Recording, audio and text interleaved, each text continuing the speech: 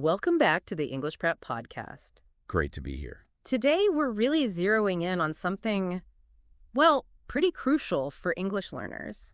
How to genuinely boost your spoken English. Yeah, especially for those, everyday conversations. Right, or situations like the first part of an English speaking exam. Absolutely. So think of this as your personal strategy session, helping you get more confident, more fluent when you're talking about familiar stuff. And we'll unpack some key areas, give you some practical tips you can hopefully use straight away. Definitely. So let's start at the beginning, because those first few minutes of speaking really matter, don't they? They really do.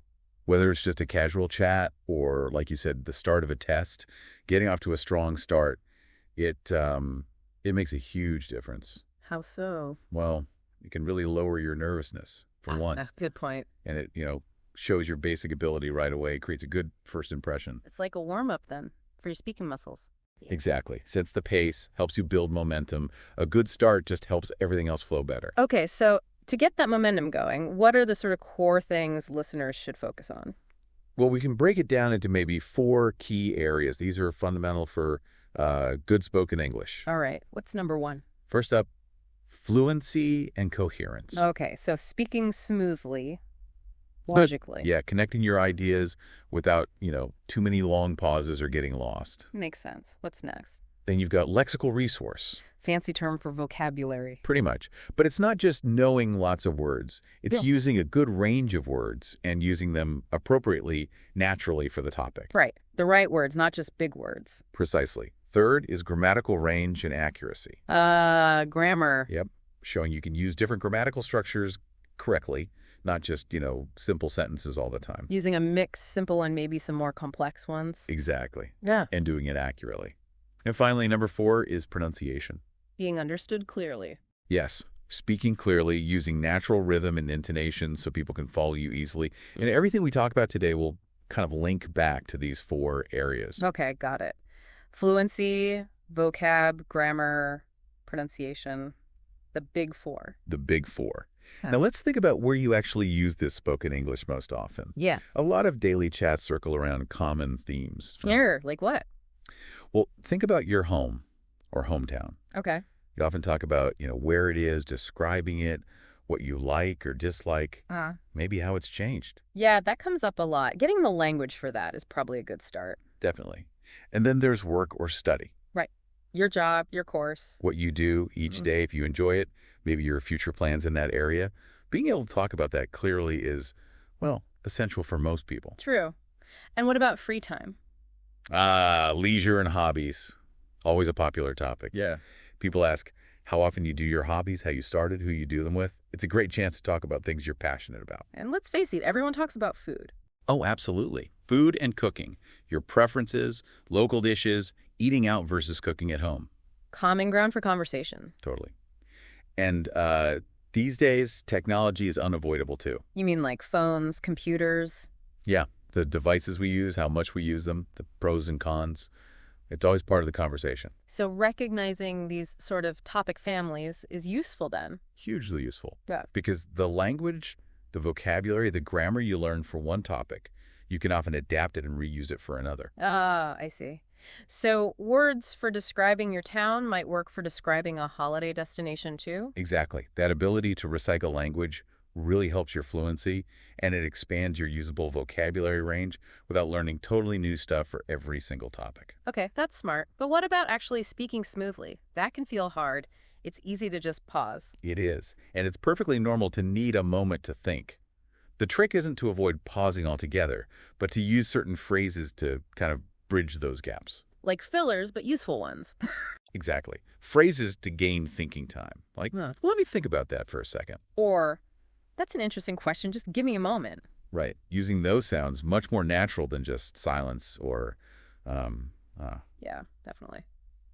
What about other types of phrases?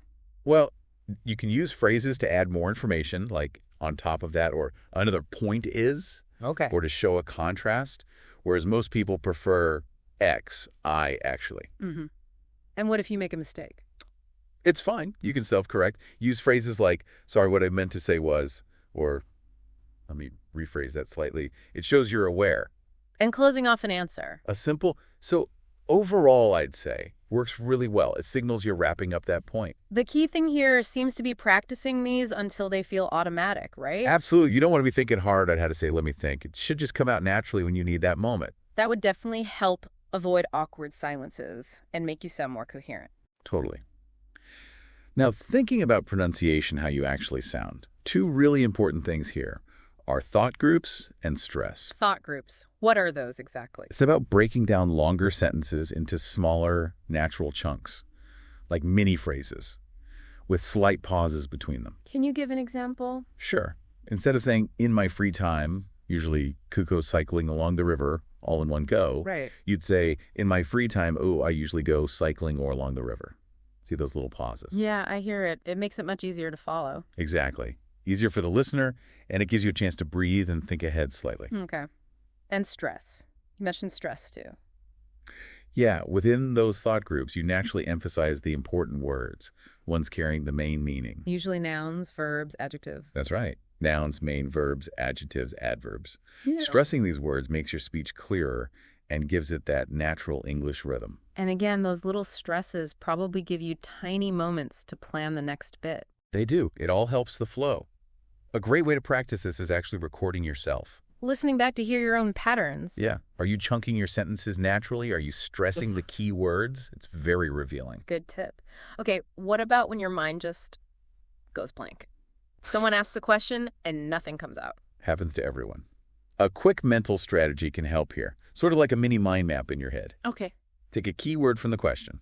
Let's say, coffee. Right. Quickly think of related ideas or branches, maybe taste, routine where you drink it, culture around it, maybe even health aspects. So just brainstorming connections in your head super fast. Exactly. You don't need loads of ideas, just two or three related points. And then you should talk about those. Yeah. Pick one or two and start expanding. Yeah. Because you've got these connected points ready, you're less likely to just give a one-word answer or freeze up. It helps you say more. That sounds useful for avoiding short, dead-end answers.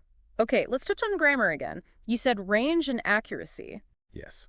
And often, learners think they need to use super complex sentences all the time. Which can lead to more mistakes, right? Often, yes. It's usually better to focus on using a variety of simpler structures accurately. Like what sort of structures? Well, using linking words effectively is key. Words like because, although, while, so. They connect your ideas smoothly. Makes your speech more coherent. Definitely. And you can use relative clauses like which is famous for or who lives next door. Yeah. They add detail. But maybe not overdo them. Yeah, use them naturally in moderation. Also, showing you can talk about the past using used to for old habits. I used to play football. Right. And talking about the future using going to or planning to. Yeah. That shows good grammatical range without being overly complex or risky. So focus on accuracy with a mix of structures you know well. That's a great way to put it. Let's imagine an example. Say someone asks, do you enjoy cooking?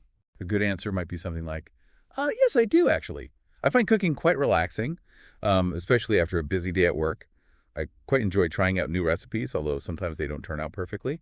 So, yeah, overall, it's something I like doing. Okay. I can see things we've discussed there. There was natural hesitation, Right. actually, as a filler.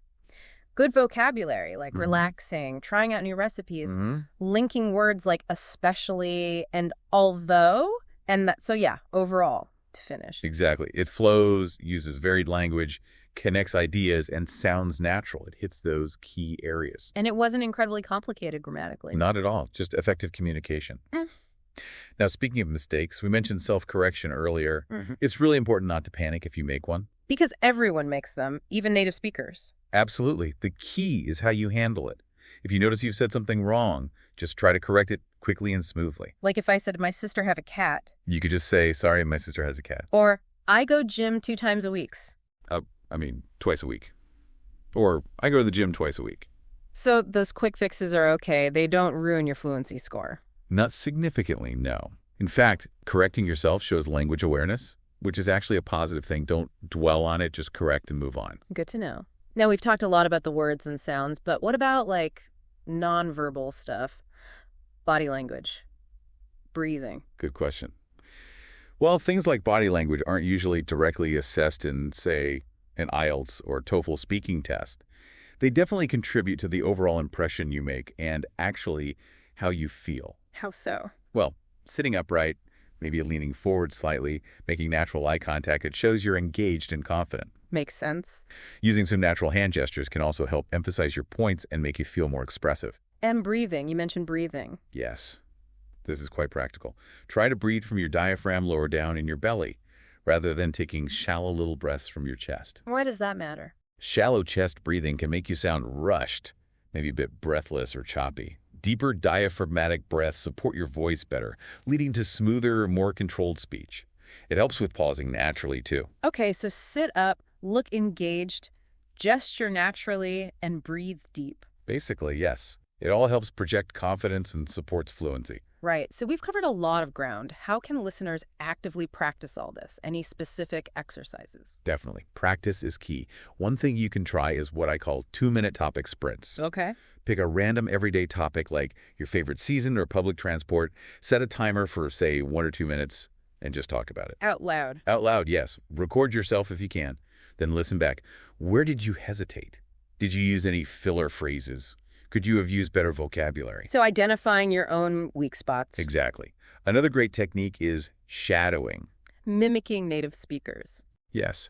Find short audio video clips maybe from a podcast or a news report.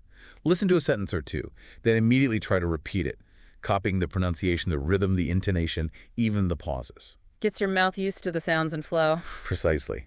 And language exchange can be great. Talking with other learners, maybe try a simple improv game like yes and. How does that work? One person starts with a simple statement, say, I went to the park today. The next person has to say yes and add something related, yes, and I saw a dog playing Frisbee. Then the first person says yes and builds on that. Ah, so it forces you to connect ideas and keep talking. Exactly. Builds coherence and quick thinking. And for vocabulary, remember those topic families. Try creating word webs or mind maps for each one. Like home in the middle, then branches for rooms, furniture, adjectives to describe it, verbs like live, rent, decorate. Perfect. Write down related words, phrases, idioms, then review them regularly. It helps embed the vocabulary. Lots of practical ideas there. One last thing. What if you're really stuck in a conversation, like completely blank? Is there a quick rescue plan?